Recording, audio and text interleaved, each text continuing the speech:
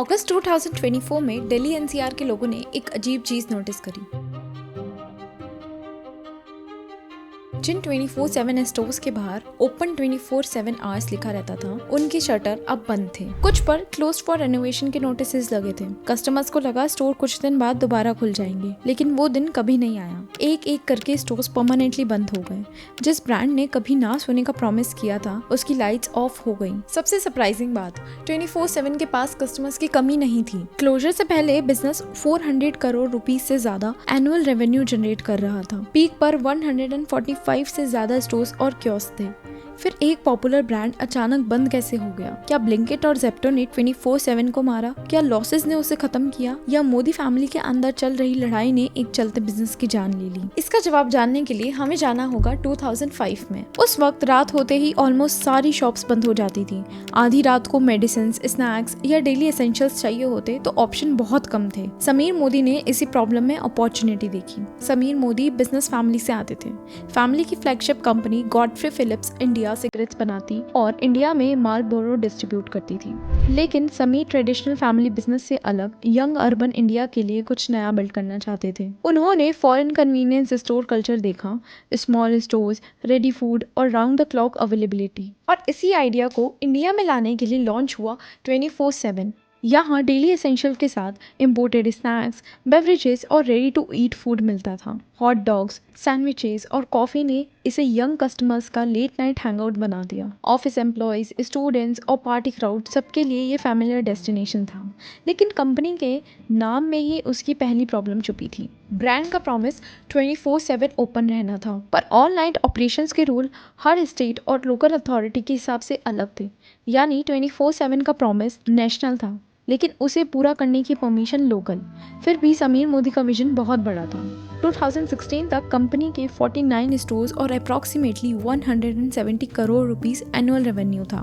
समीर का टारगेट 5 साल में 10,000 स्टोर्स और 55,000 करोड़ रुपीस रिटेल सेल्स था। 49 से सीधा 10,000 stores. Plan Indian oil petrol pumps और फ्रेंचाइजीज के थ्रू एक्सपेंड करने का था। जापान से एक्सपर्ट्स हायर हुए और approximately 2,000 rupees crore investment target रखा गया। पेपर में प्लान परफेक्ट था, सिटीज ग्रो कर रहे थे और कंज्यूमर्स कन्वीनियंस के लिए एक्स्ट्रा पे करने को रेडी थे। लेकिन रिटेल में सेल से भी ज्यादा इंपॉर्टेंट होती है यूनिट इकोनॉमिक्स। 100 रुपए की सेल में से product cost, premium rent, staff, electricity, supply chain और फूड वेस्टेज निकलेगा। स्टोर 24 घंटे ओपन था, इसीलिए एक्सपेंसेस तब भी चलते थे जब रात के 3 बजे कस्टमर्स ना हो।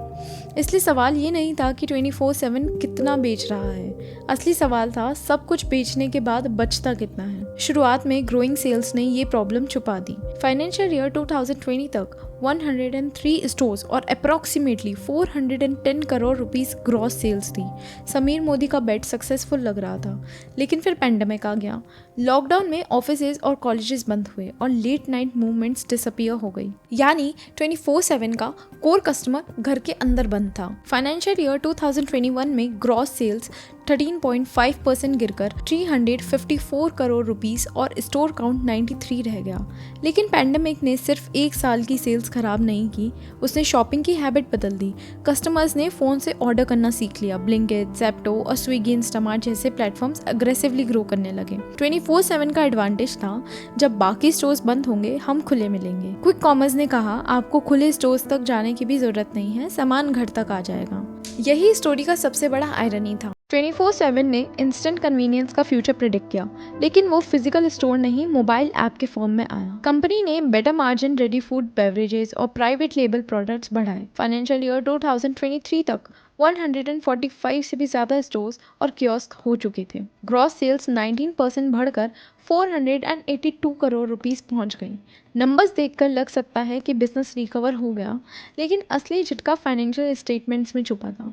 482 करोड़ रुपीस ग्रॉस सेल्स के साथ रिटेल सेगमेंट को अप्रॉक्सीमेटली 76.5 करोड़ रुपीस लॉस हुआ। Previous year loss 82 crore rupees से ज़्यादा था। स्टोर्स पर कस्टमर्स आ रहे थे, प्रोडक्ट्स बिक रहे थे, रेवेन्यू ग्रो कर रहा था, लेकिन कंपनी पैसा कमा नहीं गवा रही थी। मार्च 2024 तक रिटेल डिविजन्स की नेटवर्थ नेगेटिव थी, 403 करोड़। फाइनेंशियल ईयर 2024 रेवेन्यू के बावजूद एक्यूमुलेटेड लॉसेस खत्म नहीं हुए और यहाँ से रिटेल प्रॉब्लम फैमिली प्रॉब्लम बन गई। 24/7 को profitable tobacco company Godfrey Phillips fund कर रही थी, जबकि रिटेल बिजनेसेस को डिकेड्स के बाद भी लॉसेस जनरेट कर रहा था। बोर्ड के सामने सवाल था, एक प्रॉफिटेबल कंपनी कब तक एक लॉस मेकिंग एक्सपेरिमेंट को फंड करे। 12 अप्रैल 2024 को बोर्ड ने 24/7 से एग्जिट अप्रूव किया। रीजंस थे long term performance, market conditions और फ्यूचर स्ट्रैटेजी। सिंपल लैंग्वेज में पेरेंट कंपनी अब और पैसा नहीं लगाना चाहती थी। समीर के लिए 24/7 सिर्फ लॉस मेकिंग डिवीजन नहीं, उनका बनाया ब्रांड था। मोदी फैमिली में कंट्रोल को लेकर डिस्प्यूट भी चल रहा था। एक तरफ समीर 24/7 को बचाना चाहते थे और दूसरी तरफ बोर्ड एग्जिट डिसाइड कर चुका था। समीर कोर्ट गए। जून 2024 में टेम्पररी इंजेक्शन मिला और लगा ब्रांड को और वक्त मिल सकता है, लेकिन रिलीफ ज़्यादा देर नहीं था। डिस्ट्रिक्ट कोर्ट ने इंजेक्शन सेट असाइड कर दिया और गॉडफ्रे फिलिप्स को एग्जिट प्रोसेस कंटिन्यू करने का लीगल क्लियरेंस मिल गया। फिर अगस्त 2024 के फर्स्ट वीक में रिपोर्ट्स के मुताबिक कैश क्रंच के बाद स्टोर्स शटर डाउन कर दिए गए। जिस बिजनेस के स्टोर्स रात के 3 बजे भी खुले रहते थे, उनके पास उन्हें एक और दिन ओपन रखने के लिए पैसा नहीं था। लेकिन स्टोरी यहीं ख़त्म नहीं हुई। द न्यू शॉप ने लोकेशंस एक्वायर करके कन्वर्ट करना शुरू किया। फरवरी 2025 तक अप्रॉक्सीमेटली 35 स्टोर्स रीब्रांड हुए और उसे अराउंड 100 रेडी लोकेशंस मिल गई। लेकिन उसने एक इम्पॉर्टेंट चीज़ बदल दी, बिजनेस मॉडल। 24/7 कंपनी ऑपरेटेड था, इसलिए कॉस्ट का बर्डन कंपनी पर था। The new shop asset light franchise model में इन्वेस्टमेंट फ्रेंचाइजी ओनर से करवाता था। यानी लोकेशंस खराब नहीं थी, कन्वीनियंस का आइडिया भी खराब नहीं था, प्रॉब्लम थी उस आइडिया को प्रॉफिटेबली ऑपरेट करने की इकोनॉमिक्स। तो 24/7 को किसने मारा? क्विक कॉमर्स ने एडवांटेज वीकेंड किया, पैंडेमिक ने कस्टमर हैबिट्स चेंज की, फैमिली कॉन्फ्लिक्ट ने एग्जिट को कॉम्प्लिकेटेड बनाया और फाइनल प्लग पेरेंट कंपनी ने पुल किया। लेकिन रियल किलर था ग्रोथ विदाउट सस्टेनेबल इकोनॉमिक्स। 24/7 ने इंडिया का फ्यूचर करेक्टली प्रेडिक्ट किया। कस्टमर्स को late night convenience, ready food और इंस्टेंट एसेंशियल्स चाहिए थे। कंपनी ने डिमांड एक्सपेंसिव फिजिकल स्टोर्स से सर्व की, मार्केट एप्स और असेट लाइट नेटवर्क्स की तरफ गए। तब तक 24/7 कॉस्ट के नीचे दब चुका था। 24/7 कस्टमर्स की कमी से नहीं मरा, वो इसलिए मरा क्योंकि कस्टमर्स डिमांड को कंसिस्टेंट प्रॉफिट में कन्वर्ट नहीं कर पाया। बिजनेस में पॉपुलर होना और प्रॉफिटेबल होना दो अलग चीजें हैं। पॉपुलर ब्रांड के बाहर भीड़ हो सकती है, लेकिन हर सेल के बाद लॉस बढ़े तो एक दिन वही भीड़ शटर के बाहर रह जाती है।